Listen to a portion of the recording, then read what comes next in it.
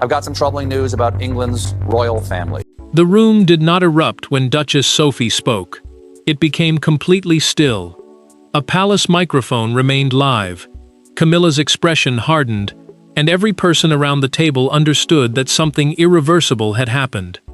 Sophie had not questioned a schedule, challenged a policy, or corrected royal protocol. She had looked directly toward the Queen and declared, with chilling calm, that Camilla could not speak for the women of their family. Before we go deeper into what this really means for the royal family, make sure to subscribe so you don't miss a single update. Charles knew the emergency discussion had been called to settle a growing dispute, not ignite one. Buckingham Palace, the monarch's main London residence and working headquarters, had become the setting for a proposal meant to represent the experiences, duties, and public roles of the family's senior women.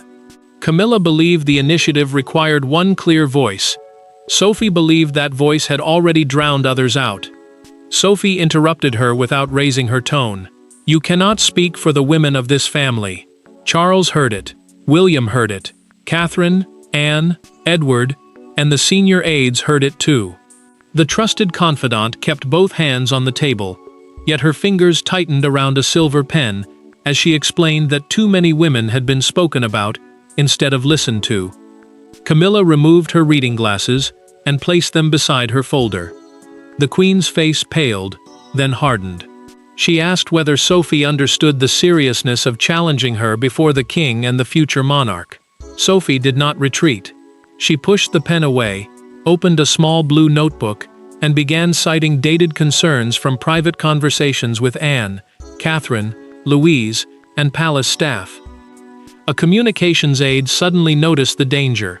One microphone remained connected to an adjoining press preparation room, a space where officials organized statements and media briefings before release. He reached for the control panel. Another courtier stopped him, fearing that switching it off now might confirm to anyone listening that they had heard something forbidden. Sophie closed the notebook and met Camilla's eyes. Her statement had not been impulsive. She had arrived prepared to challenge the Queen's authority, and Camilla now understood it. Everyone turned toward Charles, expecting him to defend his wife. The king stared at the blue cover, pressed his thumb against his wedding ring, and remained silent long enough for fear to settle across the room. Then Charles spoke. "Tell us exactly what brought you to this." His request did not restore control. It forced every person present to confront the loyalties, wounds, and hidden grievances that had made Sophie's sentence possible and impossible for anyone to ignore. Sophie's words carried power because they did not belong to her alone. Around that table sat women who had entered royal life through different doors and paid different prices for remaining inside it. Anne had survived decades of duty without complaint. Catherine had learned to smile beneath impossible scrutiny. Louise had watched from the edges. Camilla had fought for acceptance. Yet beneath every title rested a private wound, and Sophie had exposed them all. Sophie had earned influence through patience, charity work, and years of dependable service. A working royal is a family member who performs official duties on behalf of the crown, and she had become one of its safest hands. That history made her challenge dangerous. She rarely rebelled. She endured, listened, and kept moving. Camilla knew that, which meant the Queen could not dismiss this as anger or ambition. Catherine sat beside William, grateful that someone had spoken, yet frightened by the cost of agreeing. The prince understood that any open split could deepen the pressure around Charles, while she knew one wrong sentence might turn private pain into national crisis. Catherine smoothed the edge of her sleeve, avoided Camilla's gaze, then reached beneath the table and touched Sophie's wrist. 1 second. The Queen noticed. She withdrew immediately. Anne felt pride rise before regret could stop it. The princess remembered years of exhausting duty while decisions were shaped elsewhere, and she knew Sophie had said what she herself had once swallowed. Anne looked toward the trusted confidant, then toward Camilla, realizing that silence now carried its own accusation. The old wound had never vanished. It had merely learned royal manners. Edward watched his wife with growing unease. He had heard her frustration during private conversations at home, but he had never expected Sophie to confront Camilla before the family. The Duke of Edinburgh, a senior royal title granted for service within the monarchy, feared the damage that could follow. Still, he knew she was not seeking power. She was protecting Louise. Louise had shared her fear through a recorded private conversation with her mother days earlier. She worried that younger royal women would receive symbolic roles, while older voices controlled every real decision. Sophie carried those words into the meeting, and her daughter's warning now stood behind everything she said. Louise was absent from the room, but her fear was not. Camilla finally understood the true danger. This was not one woman's anger. It was a pattern. The Queen looked directly at Sophie and asked, quietly, "Are you speaking only for yourself?" Before Anne, Catherine, or Edward could answer, the trusted confidant opened her notebook to the page that had changed everything. The crisis did not begin at the palace table. It began 3 weeks earlier, beneath chandeliers, cameras, and carefully arranged flowers. What appeared to the public as another flawless royal ceremony became, behind closed doors, the moment Sophie stopped believing silence was loyalty.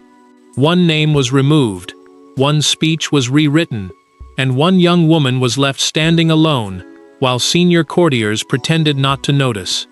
From that evening forward, Sophie knew a confrontation was coming. Sophie arrived at the Royal Women in Service reception, believing the evening would honor shared duty. The fictional ceremony at St. James's Palace, a historic royal residence used for formal events, had been created to celebrate female members of the family and their charitable work. Louise had prepared to introduce young volunteers. Catherine, Anne, and Sophie had each written brief remarks.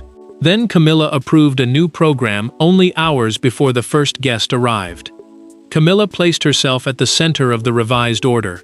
The Queen shortened Catherine's contribution, reduced Anne's remarks, trimmed Sophie's message, and removed Louise's segment completely. The change mattered because the reception claimed to celebrate many voices, yet one voice now controlled the story. It also placed the younger woman in a humiliating position before staff who had already rehearsed her role. Louise stood beside the stage when an aide quietly told her she would no longer speak.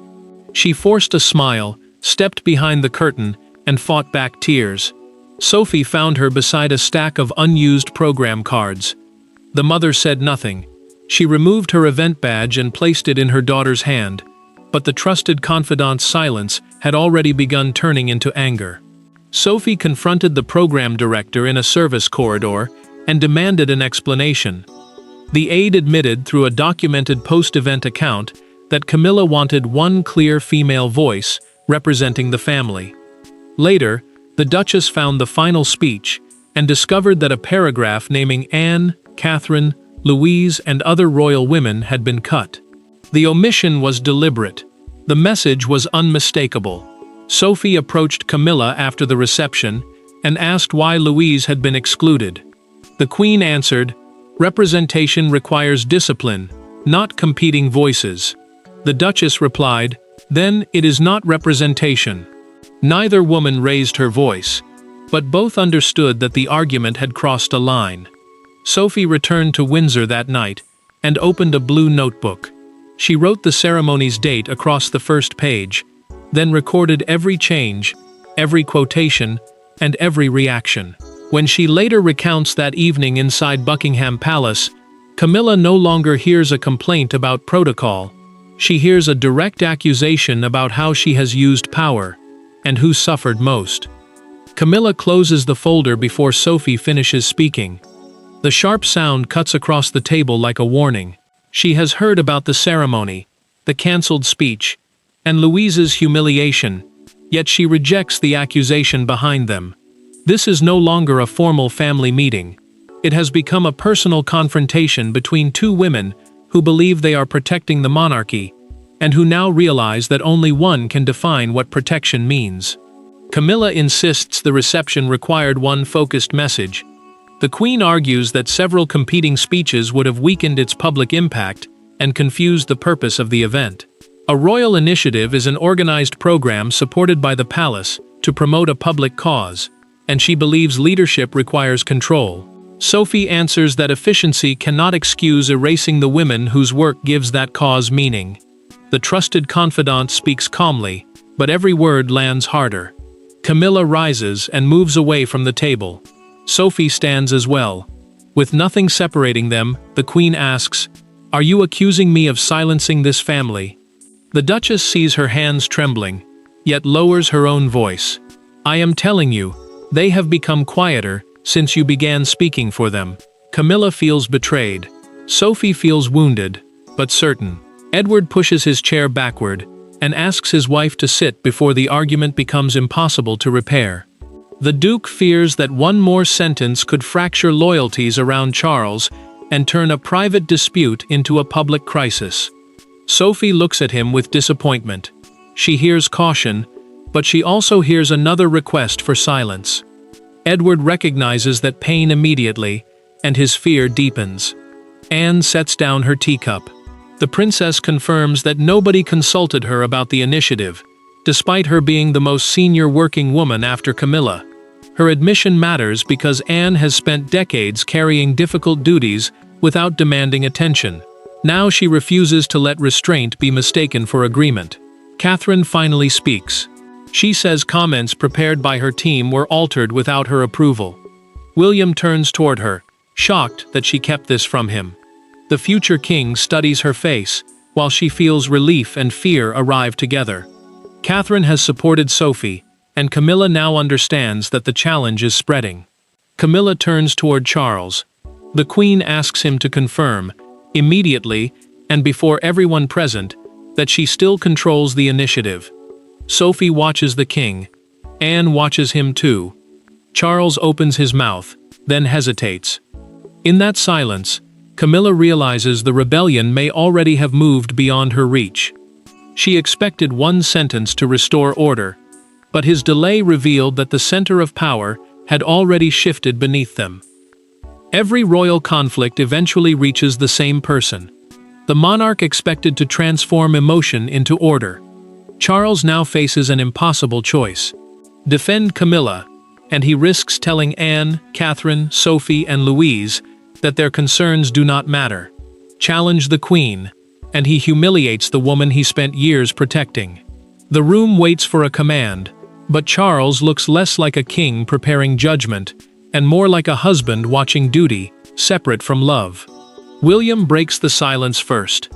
The prince argues that any program shaping the monarchy's future must include Catherine's approval and real consultation with the wider family. The disputed initiative is not about succession, which means the legal order determining who inherits the throne, but its symbolic power still matters. It allows Camilla to influence how royal women are presented, remembered, and heard. William knows that image can become authority when repeated often enough. Charles asks Sophie for the blue notebook. The king opens it slowly and reads the documented account of the St. James's ceremony, Catherine's altered remarks, Anne's exclusion, and Louise's cancelled appearance. Sophie watches him turn each page, knowing every sentence forces him to choose between protecting his wife and acknowledging the women before him. Charles pauses beside Louise's name. Then he reads it again. Camilla studies her husband and feels abandoned. The Queen has spent years standing beside him, through scandal, rejection, and public hostility. Yet Charles offers no defense. She believes a private answer should have come before a family judgment. Camilla watches his silence harden into something more dangerous than anger, official doubt. A senior courtier enters and whispers that Sophie's statement may have been overheard in the adjoining press room. The warning changes everything. The palace now has minutes, not hours, to prevent a private fracture from becoming a public crisis. Charles closes the notebook. William waits. Sophie holds her breath. Camilla does not move. Charles places the blue cover on the table and suspends the Royal Women in Service program. The king announces that Anne, Catherine, Sophie, and younger representatives will redesign it together before any public relaunch. Camilla says she will not accept being reduced by a family ambush. The Queen takes her official briefing folder, meaning the papers prepared for royal decisions, and walks toward the door. Charles reaches for her hand as she passes. Camilla pauses, but she does not take it. The king's arm remains suspended until the door closes. He has protected the institution, yet wounded his marriage, and beyond that room, the consequences are already spreading. No command can recall the moment now, and no closed door can contain the shock moving through the palace tonight. Within 20 minutes, the palace changes. Doors close, phones vibrate. Aides abandon prepared statements and begin writing new ones. Nobody uses the word rebellion, yet everyone behaves as though one has occurred.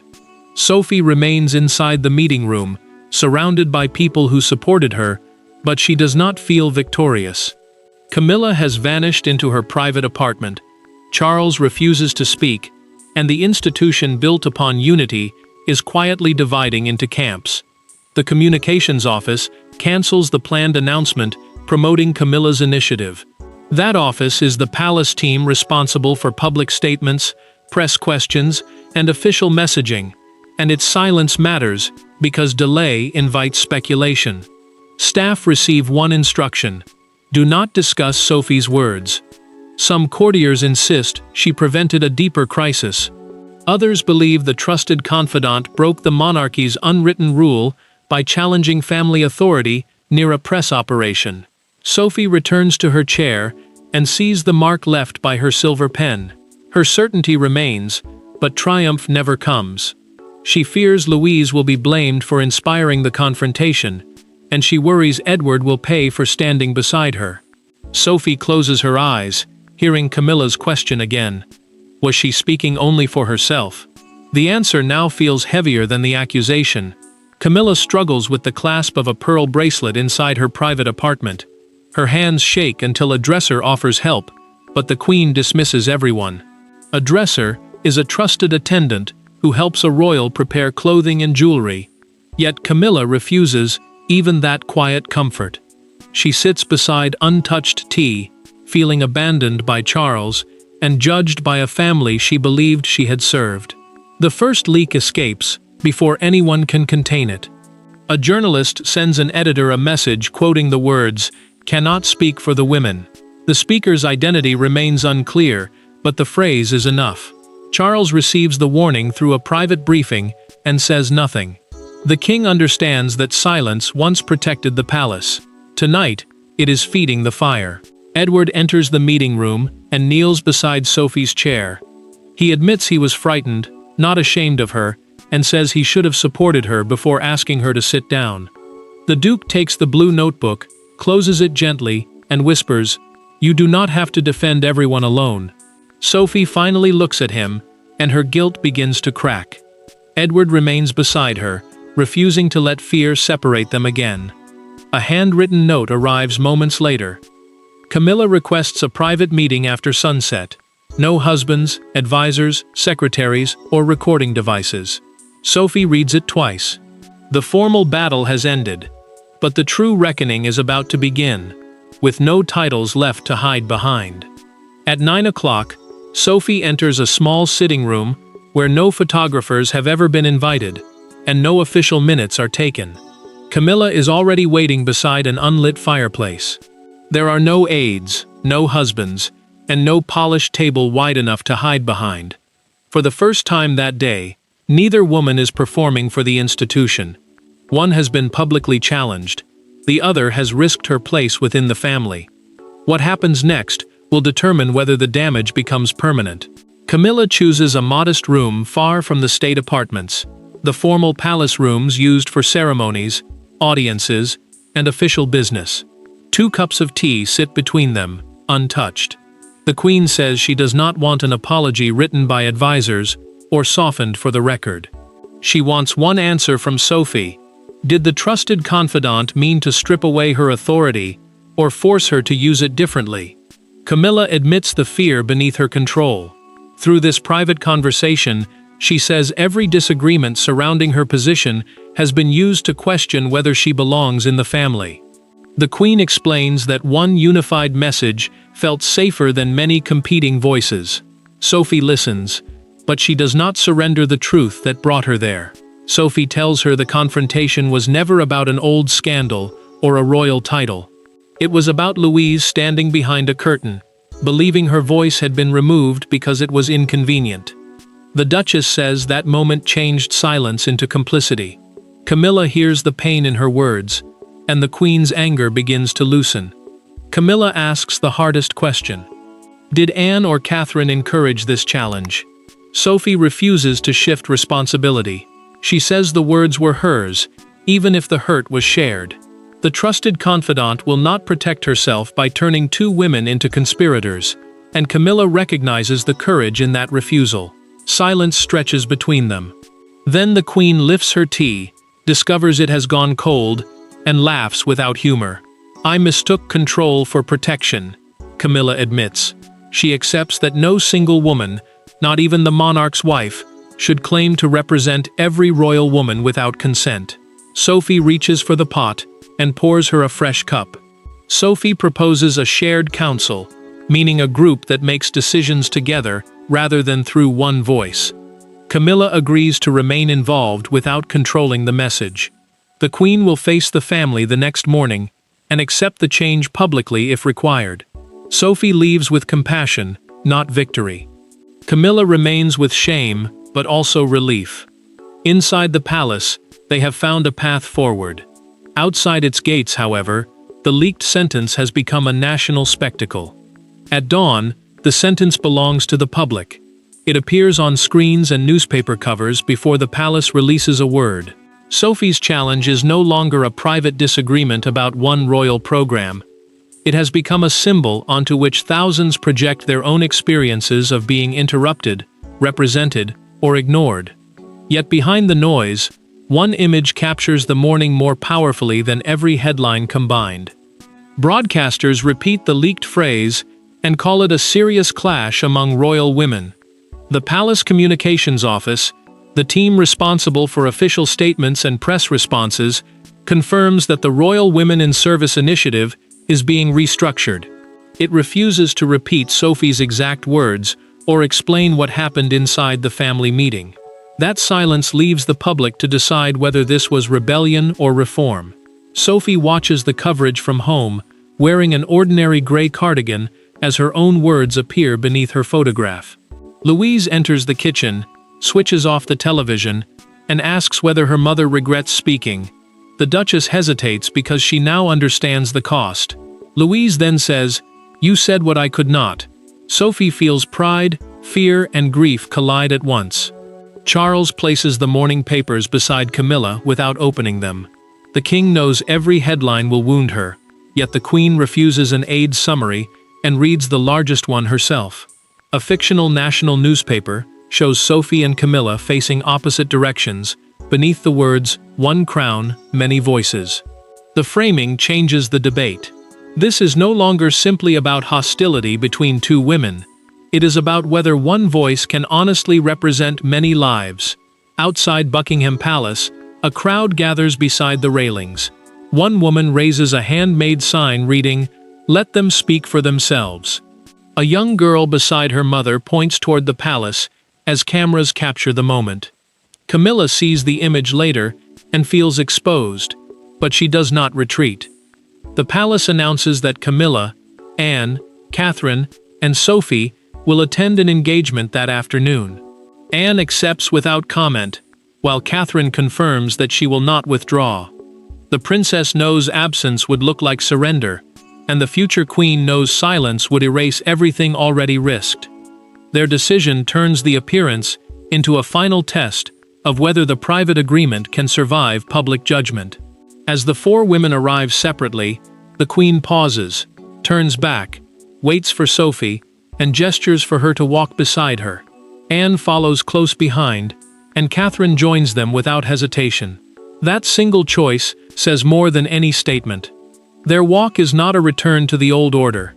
It is the first public sign that the monarchy has accepted a new one. The final meaning of Sophie's statement is not found in the anger it caused, the headlines it inspired, or the strain it brought into Charles and Camilla's marriage. It is found in what happened afterward. A queen surrendered the belief that authority required one voice. A duchess proved that loyalty could include confrontation. Other women stopped waiting for permission to describe their own experiences. The monarchy survived not by hiding the fracture, but by changing because it had been revealed.